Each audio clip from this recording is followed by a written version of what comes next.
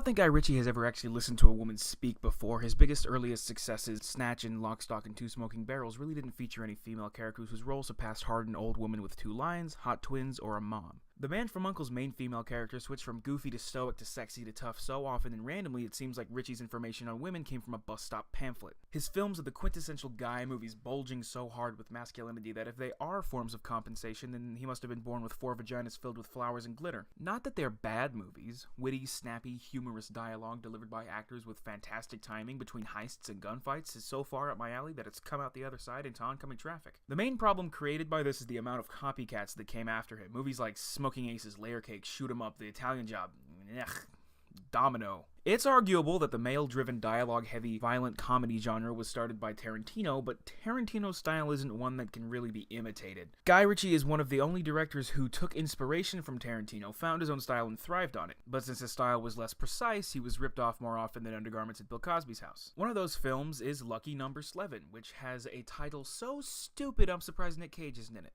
A story about a completely normal, blindingly attractive white man named Slevin who physically lacks the ability to feel worry. He is confused for someone who owes Ben Kingsley and Morgan Freeman an entire dickload of money, and that explains the title. His name, Slevin, rhymes with Zevin, and he is actually unlucky. Might want to tone down the wit, fellas, wouldn't want to confuse anybody. And following with tradition, Lucky Number Slevin has 5 total females out of its cast of 31 people. First is a homeless woman, second is a prostitute, third is a housewife whose only role is to get murdered to set up plot points. Fourth is the sexy neighbor girl with a goofy personality who has a predilection for classic detective television and uses her knowledge from the shows to assist the main character in solving his mystery.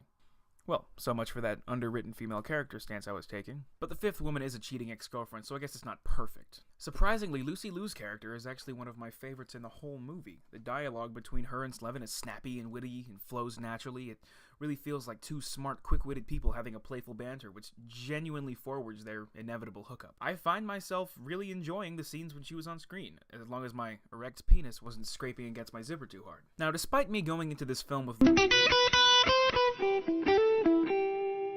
I actually think this is one of the best post-Snatch non-Tarantino crime comedies I've seen. The dialogue is well thought out and tight, which makes lengthy exposition scenes some of the best in the entire film. See, one of the problems I had with Snatch or Lock, Stock, and Two Fucking Hairballs is that the dialogue has a pattern of the smarter, streetwiser character mocking the choices of one that is a dopey oaf like Tommy or Tyrone or the haughty fucking culturist. But Lucky Number Slevin keeps the dialogue bouncy while switching power dynamics and inserting humor at the best times to break up or build tension when needed, like how I do at strangers' funerals. A highlight of this is the conversations between Morgan Freeman and Slevin, which really is some of the most entertaining footage I've seen of Black Jesus in recent years. Ben Kingsley feels a bit less properly utilized, more just paralleling Freeman, but he does have some great lines, like the top of a table in Charlie Sheen's living room. This is an occasion when the medium of film is properly utilized, since the choices of camera placement inform changes in growth between the characters and tell little jokes by using bait-and-switch tactics to trick the viewer into thinking something and then changing it, like when your ex-girlfriend said she loved you and then slept with some guy she met at the gym, you know. Hilarious.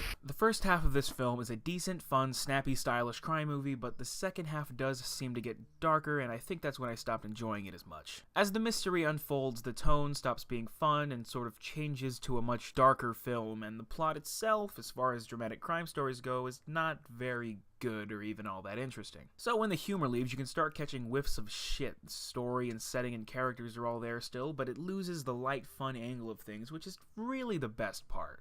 And it sacrifices that strength just to be taken more seriously, kind of like a smooth jazz adaptation of a Metallica song. Any sane person can solve the mystery 20 minutes before the movie decides it's solved, creating this drawn-out third-act sequence of revealing what the audience figured out a while ago. There's some strange choices that kind of took me out of the film, like a heavy yellow tint during the flashbacks that looked like someone rubbed snot all over the lens, but nothing that was a deal-breaker. Overall, I'd say I recommend Lucky Number Slevin as long as it's on Netflix, but I wouldn't buy a physical copy. Snatch and Cockblock and Poo-Eating Pieholes still win out over Slevin because they stay the same movie throughout and don't try to transcend into Usual Suspects territory where they don't belong. Slevin, you might want to sit at the fancy restaurant table and overhear Heat and Departed discuss the relations between human morality and American law enforcement, but your place is at the Jack-in-the-Box across the street with your dumbass friends. But hey, at least you're the smartest in the bunch and the second most likely to get laid.